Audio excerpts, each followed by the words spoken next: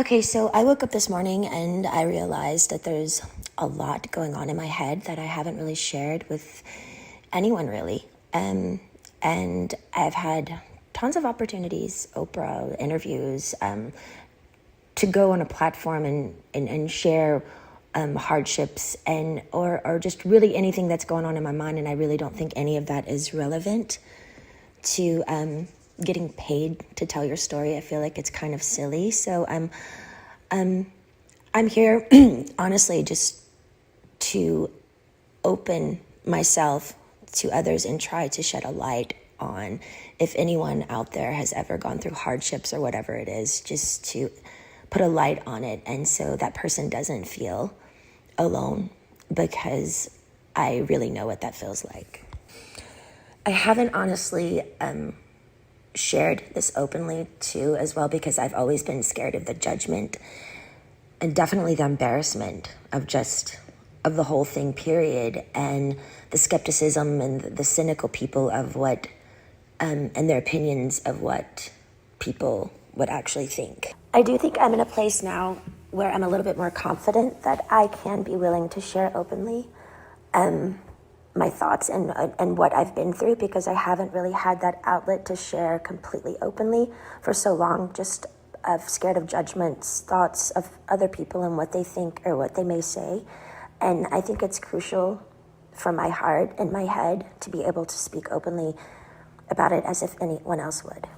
Well, the actual conservatorship actually started, I think, 15 to 16 years ago. I was 25 when it started. I was extremely young. I remember a lot of my friends texting me and calling me, and we were extremely close, and they wanted to see me, but by what had happened, I honestly still to this day don't know what really I did, but the punishment of my father, I wasn't able to, see anyone or like anything. And you have to imagine none of it made sense to me. I literally spoke in a British accent to a doctor to prescribe my medication, and 3 days later, there was a swap team in my home, 3 helicopters, and I remember my mom's best friend and my 2 girlfriends. We had a sleepover the night before. They held me down on a gurner. And again, none of it made sense. Literally the extent of my madness was playing chess with, playing chase with paparazzi, which is still to this day one of the most fun things I ever did about being famous. So I don't know what was so harmful about that. But I remember my mom was sitting on the couch and she said, "We've heard people are coming here today to talk to you. We should probably go, to a hotel or something." And I never really understood what she meant. I didn't believe her. Like, is a lawyer coming here? Who is coming here?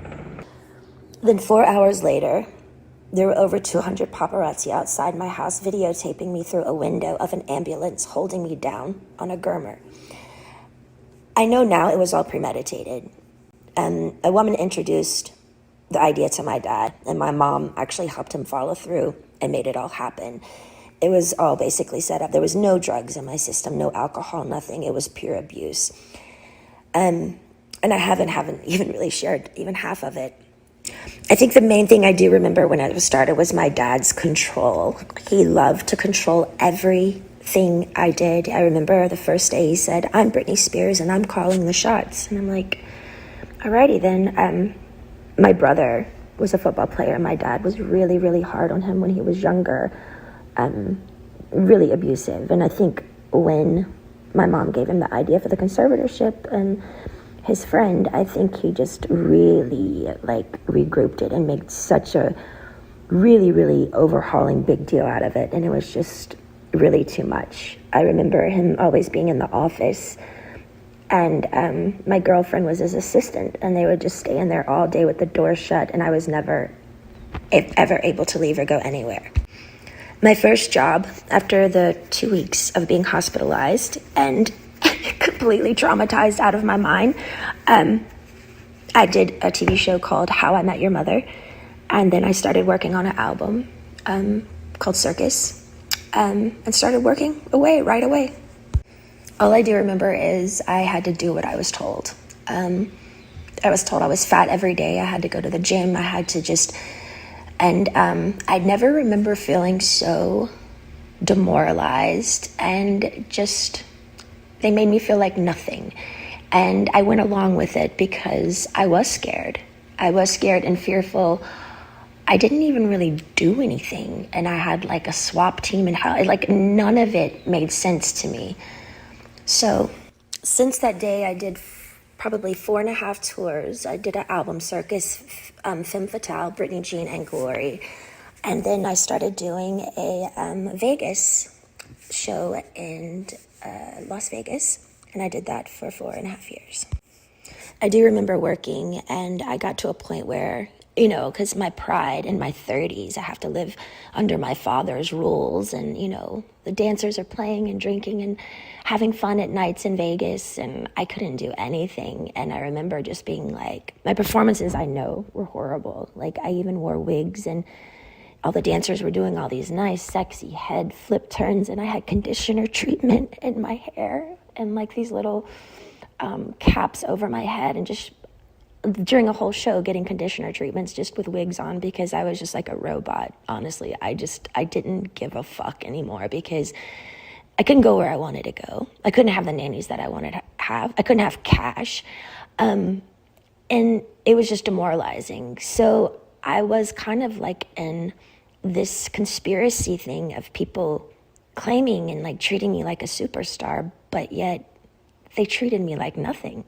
Well, for some reason, I started to get a spark back. I remember recording Glory, and for some reason, I think producing and making music, and I went to this little Spanish house, and I got the fire back in my eyes for some reason, and it was at the end of recording Glory, and my son named it, and things started kind of taking a turn, because I started getting more confidence just for myself.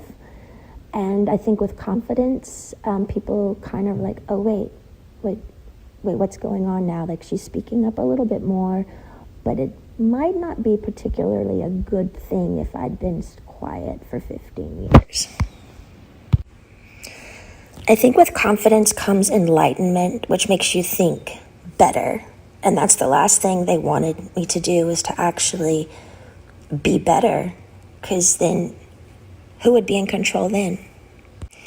But it was really tricky, because I had to just play this role that everything was okay all the time, and I had to go along with it because I knew they could hurt me. So I'm sitting here, like, my friends all drinking alcohol and having fun in these parties, and had no cash. I literally felt like a nun.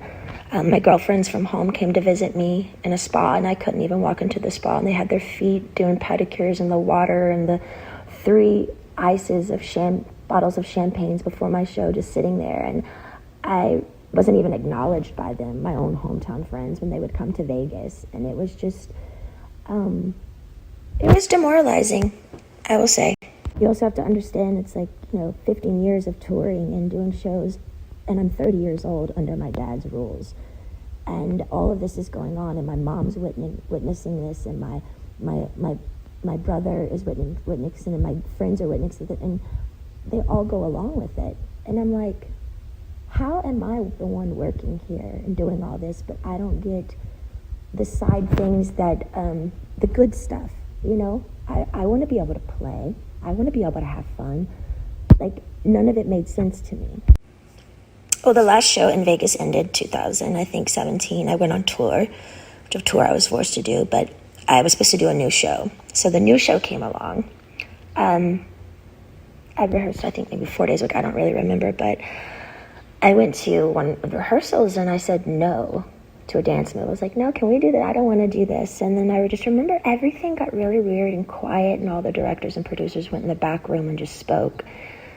And that was it. And I was like, well, I don't know what's going on. So we all just kind of like, what happened? And then the next day, I was told that I had to be sent away to a facility, and that I was supposed to say on my Instagram the reason why is because my dad is sick and I need treatment, which was, I didn't want to ever go there. I remember my dad calling me on the phone, and I was crying, and I was like, why are you guys doing this? Like, what? And I just remember him saying, it's in your hands, you have to listen to the doctors. The doctors are going to tell you what to do. I can't help you now. And I remember his last words were, now, you don't have to go, but if you don't go, we're going to go to court and there'll be a big trial and you're going to lose. I have way more people on my side than you. You don't even have a lawyer, so don't even think about it. So I did it. I went to the place. I was scared out of my mind. And none of it, again, made any sense of what they were doing to me. And again, I haven't wanted to share this because it's unbelievably offensive, sad, abusive, and honestly, would anybody believe me? I remember the main thing of when I was in that place, that my heart felt like it was frozen, like it was stuck inside, and I wanted to scream and I wanted to get out.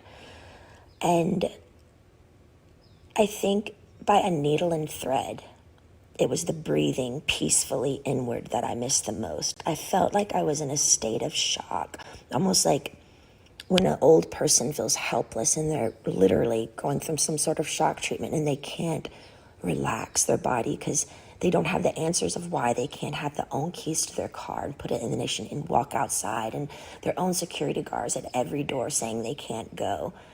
Sitting down, drawing 6 galls of blood every week. Weak as hell. And then calling, and my family is in Destin at my beach house. It didn't make sense. The main thing I to this day, I kind of stopped believing in God at that time because I didn't know how they could have 40 people leave my house a day and me work from 8 to 6 at night. Be seen changed every time I changed in the shower. No privacy, no door, nothing. How did they get away with it? And what the fuck did I do to deserve that? I couldn't even smoke cigarettes. People on death row can smoke cigarettes.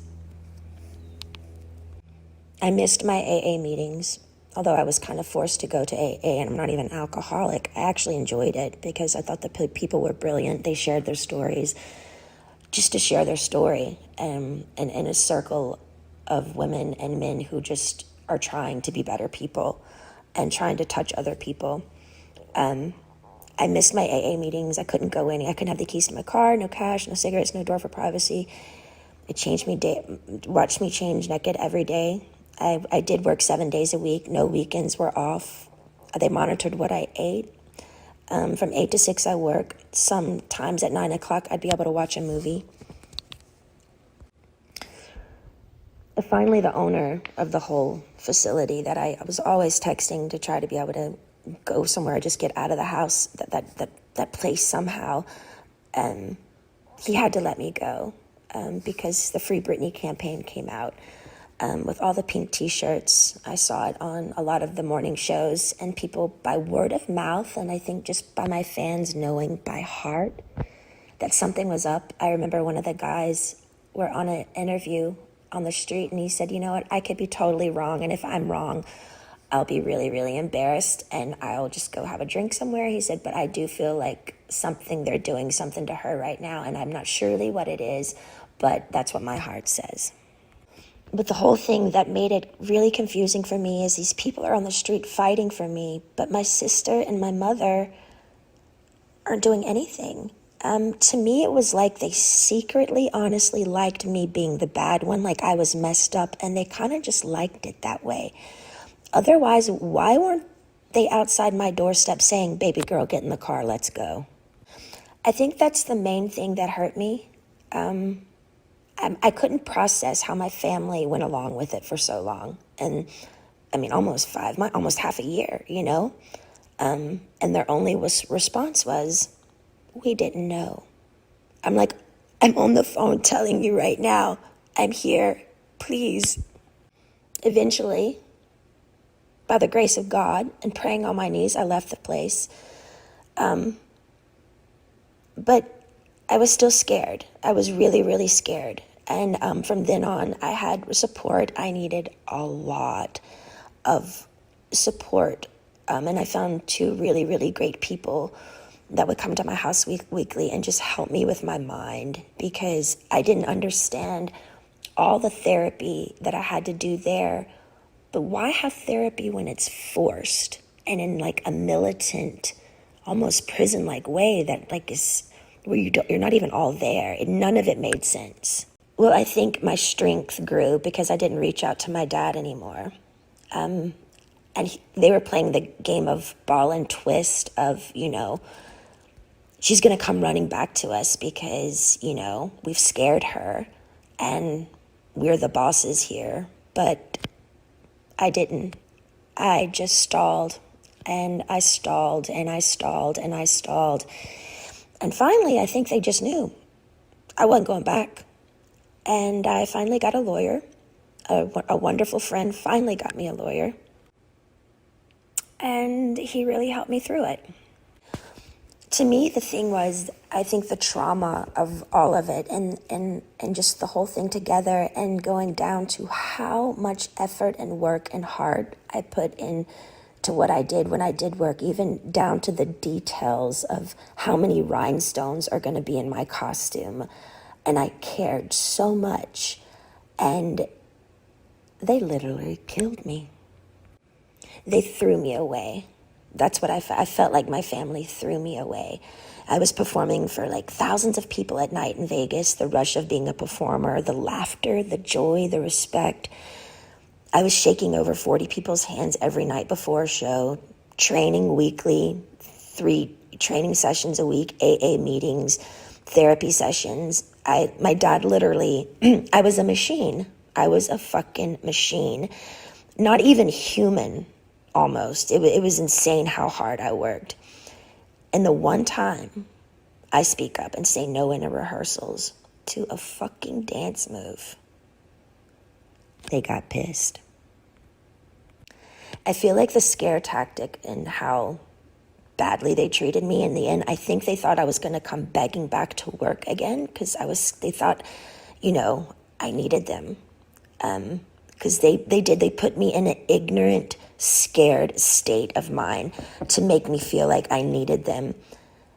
And if you don't do what we say, we're going to show you who's boss. I didn't play their game anymore. I got on my knees every day and I prayed. I held on like a needle and thread to some sort of existence because they had made me feel like nothing for so long. I knew in the deepest part of my core, I knew I'd done nothing wrong and I didn't deserve the way I'd been treated. I do think the hardest thing for me was I wanted to use my feet and leave and run or go somewhere. I had to be placed in a chair from like 8 to 6 every day. I couldn't take it. I talked to rabbis. I've talked to grown men about it. And they're like, we don't see how you did it. Honestly, I don't either. And through that, I remember saying, I don't believe in God anymore. I honestly deserve an award for acting like I was okay every day. I thought they were trying to fucking kill me. I remember one time I was backstage and I needed my inhaler. And I opened up to my assistant because I had my phone with me, which I'm not supposed to have my phone underneath the stage. But I said to her, you know what I'm doing. I was talking to a guy and he wanted to just leave the country with me. We had it all set up to just leave. And it was a secret relationship. And I said, my biggest fear was, what would my dad do if I did do something wrong? What if I left the country? And what if they found me? And what would they do? And I said, I feel like they would lock me up or something or really hurt me. And she looked at me and she said, are you kidding me, Britney? Your dad would never do that to you. And I didn't even do anything wrong, and he still did it. I'm honestly more angry at my mom because I heard when reporters would call her at the time and ask questions of what was going on, she would go innocently hide in the house and she wouldn't speak up. It was always like, I don't know what to say. I just don't want to say the wrong thing. We're praying for her. I feel like she could have gotten me a lawyer in literally 2 seconds. My friend helped me get one in the end, but every time I made contact with a firm, my phone was tapped and they would take my phone away from me. And again, I get nothing out of sharing all of this. I have offers to do interviews with Oprah and so many people, lots of money, but it's insane. I don't want any of it. For me, it's beyond a sit-down proper interview. I had no contact in that place for so long, and my heart would just want to stand up in my family's faces and scream and cry and throw a tantrum and go back in time and do exactly what I wanted to do at those times. Yeah, and might even spit in their fucking faces. Why? Because the pain my family gave me, sitting me there all day and not being able to use my feet, as they watch their grandchildren run bases to base in a family neighborhood, as if I'm dead or I don't exist, honestly makes me look up and say, how the fuck did they get away with it? How is there a God? Is there a God? Giving 8 galls of blood weekly, not being able to stand up. I was so weak.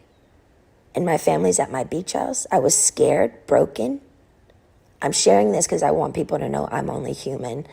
I do feel victimized after these experiences, and how can I mend this if I don't talk about it? I have an amazing song right now with one of the most brilliant men of our time, and I'm so grateful. But if you're a weird introvert, oddball like me, who feels alone a lot of the time, and you needed to hear a story like this today so you don't feel alone, know this, my life has been far from easy, and you're not alone.